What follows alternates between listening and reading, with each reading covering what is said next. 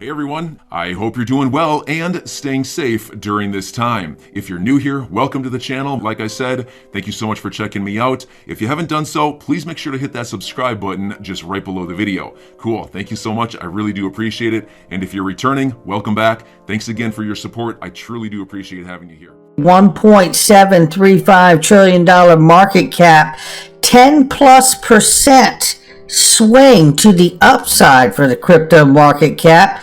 To say that this is a highly volatile, highly risky asset class is an understatement. It's February 25th, 2022, ladies and gentlemen, and I think we all know why things are so volatile over the last couple days here with the Russia and Ukraine conflict, and our hearts and prayers go out to all of the citizens in Ukraine for staying safe. Bitcoin 38,800 plus right now, up 10+%. Ethereum 2,600 up 2,600 plus, up 12 more than 12%. I'll get the lips moving this morning here. I can't even talk. 70 cents plus for XRP. We're up 10.96%. All those percentages are on the 24-hour. Let's take a look right now. 63 cents on the bottom for XRP, 71 cents on the top. Let's get started because we have a lot to go over, and it all really points, I believe, to a real narrative about two things going on here. One, the economic situation globally and the infrastructure of the economic global payment system as well. There's a huge undertow to the conflict that is happening in Russia, Ukraine, and I think you're going to get a great sense of that as we move through here today.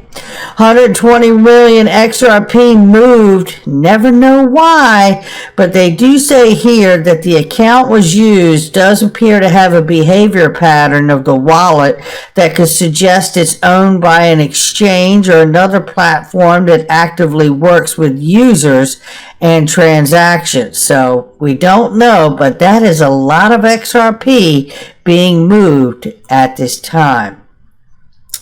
John Deaton says it best right here. This is the definition of courage, ladies and gentlemen. Russian citizens are protesting against the Ukraine invasion, even though they are going to get arrested. Look at all those people standing up for peace. What a beautiful, beautiful moment that is.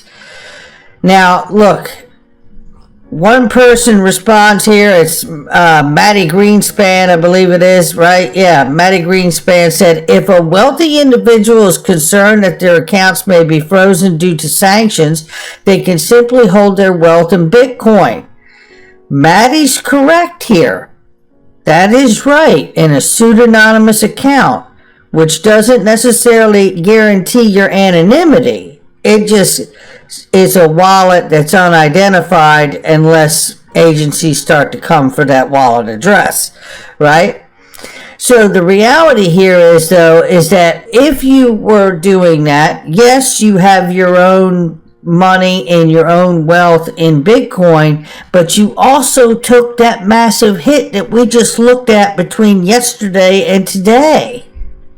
Massive hit to the portfolio, which is why I've been telling you about Jason Cousins and Glint Pay. You can become your own bank, but you can become your own bank in the manner of using gold, baby. And gold surged 9% this month and 3% overnight after war had started in Europe. Now that's what I'm doing, and today my account, I'm telling you, is going to be funded. They're not paying me a thing as of yet to say it, but I know that this is a great alternative because this is something I want to have for me and my family. I want to be my own bank. This is a gold-based alternative to exactly that. This is the app. I'm going to put the link in the description. You can put money on there. You can put gold on there. And you can spend it on your own debit card and no one can stop you. So if there's ever a problem with currency in your country or banks or anything going on with the economy, you can load your card with gold and spend it. Just listen to this very quick clip here of what Jason tells this lady. I haven't seen it, the Glint card. How does it work? Yeah, so with Glint, we've enabled for the first time ever gold as everyday money. So you simply download the app, we send you a debit card, a MasterCard, and you can deposit money in there and buy gold. You can buy as little as 1 cent's worth of gold or millions of dollars worth of gold. And we've made it easy to save, to spend, and to send. So you can literally walk into your grocery store and buy your groceries with some gold. Right. No, Unbelievable. Now listen what they've recently had happen here too, because they recently got an endorsement and a partnership here with Sabania. And listen to this. So you have a new partnership. Do you want to We talk about do. We're really excited actually. One of the world's biggest global producers of precious metals has just invested in Glint. So I'm very pleased to say they've invested. It's Sabania Stillwater. They're listed on the Johannesburg Stock Exchange and also here at the New York Stock Exchange. And they're very focused on ESG and sustainable mining. Oh wow, that's great. So It is great, and shout out to GlintPay for that and getting that partnership so you can save, spend, and send your money, gold-based alternative to banking, once you load your debit card. Come on in. My money drops today. I can't wait. And you know what? Here's more incentive right here for exactly that. Liz Clayman says from Fox Business here, Putin now stating he will launch cyber attacks against the United States. Are you kidding? And this is all in response to the president putting out new sanctions from SWIFT. This is where I tell you the undertone of all of this is speaking to the payment system of the world, in which these sanctions they have done have either not gone far enough, or now that they've going to go far enough, we're going to be attacked because of this cyber attacks. You know, I tell you, this is even more incentive for me to get myself some reserve money and backed by gold, my gold that I own allocated to me on that Glint card in case things like this take place, I tell you. And, it also speaks to me about cold storage for my crypto as well. I don't want my crypto being harmed. That's why I use the vault on Coinbase, or I use Ledger, which you can get a link in that description box as well for that as well. This is not a time to be messing around, ladies and gentlemen. Now let's go from how we could be our own bank, right? And the gold-based alternative and crypto self-custody. All of this is great. Bringing the power back to ourselves, right? But look at what's going on here. This is a throwback from 2019 that we covered when it came out. But look how incredibly important it is to understand what has been taking place. Remember, I have been showing you this of recent. It was December of this past year, just 2 months ago. 2.5 months ago, we're talking about, right? Because they have a new financial system for Russia and China. New financial system. And this was 2019 of them breaking down the BRICS coalition, which is Brazil, Russia, India, China, and South Africa, in a coalition to set up a payment network cutting out the West. From 2019. So this is well underway, ladies and gentlemen. Take a look at what's going on, and you know that this is the undertow of this conflict that is happening, because SWIFT sanctions are what Russia is trying to avoid. And this system will allow them to do it. Take a look. two is what's being discussed now, which is the payment processing system. So really what they're competing with is the SWIFT bank system, right? So right now, if you're sending money overseas from a U.S. bank, you have to use, or any Western country, you use that SWIFT system that is set up in Belgium. And that prevents money laundering in theory and all that kind of thing. But what the BRICS nations are doing is saying, well, we don't need to use the SWIFT system because we don't really want to be subjected again to U.S. sanctions, because if the U.S. is sanctioning you, you can't move money using that SWIFT system. So what's really interesting is, number one, they're creating a payment system that would go around SWIFT. But how do you do that when you have 5 major countries that all have their own currencies? And one of the ways they're doing that is by using possibly cryptocurrency to do that. That would translate their currencies into a single cryptocurrency that is then used through the system and then formulated, I guess, when it gets into their country, back into their own personal currency. So essentially you're taking currency from one, sending it through as a cryptocurrency, and then back on the other end into transforming it into another currency. And that allows them, again, to get around this SWIFT system in a way that no one had really thought about in the past, because crypto already has all of those things in place. And there you have it. And they go on to discuss it a little further, but you get the gist of it here. That is something they're already doing. Here's where the catch is. The rub is they may have that worked out between Brazil, Russia, India, China, and South Africa. But they need to be interoperable to the rest of the world. And I wonder what could do that. Yeah, I don't know. Maybe the XRP ledger. And as you can imagine, in Ukraine, trading volume on Ukrainian crypto exchanges, Kuna, has more than tripled by Friday since Russia invaded and your Eastern European nation, according to CoinGecko. They are looking to get their money out of the banks in case the banks shut down, which they probably have at this point, and you can't access your funds or money. I tell you, this is really real. Now, let's look at it from a macro point of view, because look, let's get back to the whole idea. We know we can self-custody. We know we can do a gold card glint pay and have gold on the go and be able to use it and be in control of our funds.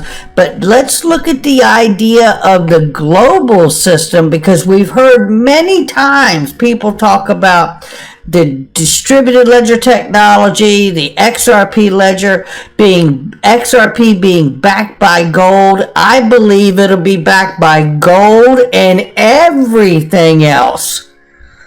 Future, the commodities, we're talking about soybeans, we're talking about corn, we're talking about wheat, we're talking about oil, we're talking about gold, silver, platinum, palladium, copper, everything, because that's where the strength of the decentralized ledger comes in. See, the XRP ledger is not just a payment protocol, it's actually a decentralized exchange for the world. That's what's exciting to me about this, because it tells me that BRICS coalition can build their own system. Russia can have their own in-house payment system. They've already said they have it between China and themselves. But you're going to need to be interoperable, and you're going to need to have something that can bridge all of this money, all of these transactions. Don't believe it. It's still true. And when you hear Goldbug's Jim Rickards from back in the day, this old throwback right here, tell you that they can use gold, but they still need distributed ledger technology to make it happen, or a glint pay card. Put the gold on a pallet, fly slide in a plane to the other guy, and he puts it in his vault. End of story. And Steve knows better than anyone. When you do things on net instead of gross, it's a much smaller transaction. If you had to pay for everything with gross gold, that's unwieldy. But if you keep score in crypto and then settle up on net, every 6 months or so, that works fine. Now notice, everything I just said, there's no dollar, and that was Doug's point. We're looking at the dethroning of the dollar. If we've got gold, Putin's crypto, Xi crypto, a distributed ledger, and a large trading network that does not involve dollars, does not involve SWIFT, is that the beginning of the end of the dollar? And it might be. There you have it. And I mean, nobody lays it down better than Jim Rickards, right? And I mean, look, the fact of the matter is that the European Central Bank and the Fed alike are trapped. They're trapped. They don't have much room to raise interest rates, causing major complications in the financial market and the economy. The two biggest players don't have any wiggle room.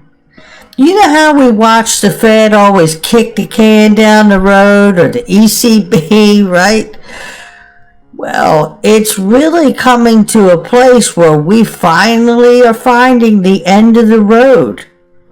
And I believe the end of the road is going to have to bring us to a new system, not just a new money. You have to have a new system in place. Think about the vulnerability. I just told you, look, Liz Clayman's reporting that Russia, in retaliation to SWIFT sanctions, is going to be cyber attacking us all. Think of this. There's got to be a new system in place that has much stronger security, like distributed ledger technology, like the XRP ledger. You know the deal, right? This is what we're talking about, and this is what we're up against. Very quickly, let's look at this. This is why bank wires need to be retired. That's exactly right. We know that we can do much better. People are doing much better peer-to-peer now. That's the point. Now, as far as the ISO 20022 migration, very quickly I want to run you through this because it just shows you here that they are on track, and November 22 is going to be a big moment for everybody in the ECB and the customers attached to their network. And I'm just going to quickly move here because it says many times through here that they are looking to really open the door here by November of this year. By November of this year. And what they talk about here is right here. Coexistence phase between November 22 until November 2025. So they want to have really a mass inflow of everyone by November of this year and full integration by 2025. No buts, no ands, no nothing. Be done. That's what they're looking for. General go live November 22. Right there. Take a look at it. This is a reminder that we already have this worked out with the Consumer Financial Protection Bureau, which is an enforcement agency for the financial world. They already selected SWIFT GPI. They already said Ripple, the virtual currency company, right?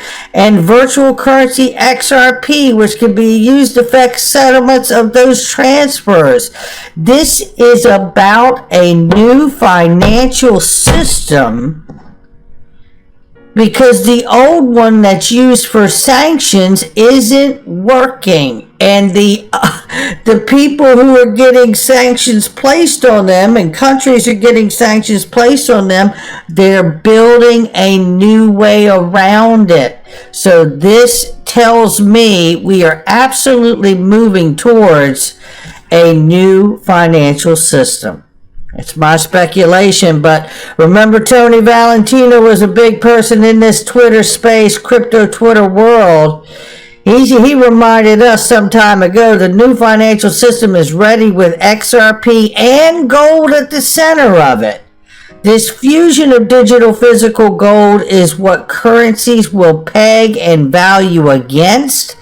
The system is ready to go, but the script says they need chaos, panic before presenting it. New decade 2020, new system. That was some time ago, but it's 2022 now, and we got plenty of chaos and panic with pandemic and now a war. Don't we? Pretty remarkable. Never let a good crisis go to waste. Isn't that government always loves to say? And then here, listen to this thought right here, because this is Lynette Zhang, gold person here, but nevertheless, listen to what she says, a powerful moment in here. Listen here. Now, it certainly does look like Bitcoin is going to survive this. But at the end of the day, when we get that inflation and they reset the current currency into the new currency, do you think they're going to reset it against Bitcoin or Tesla stock or even real estate? No. They reset it against gold money because it has the greatest functionality of any asset. It is used globally in every single area of the economy.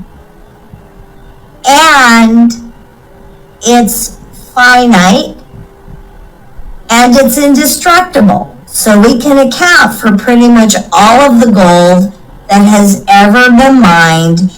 And there's more than 4,800 cases of currency resets, and 100% of the time they do it against gold. There it is right there.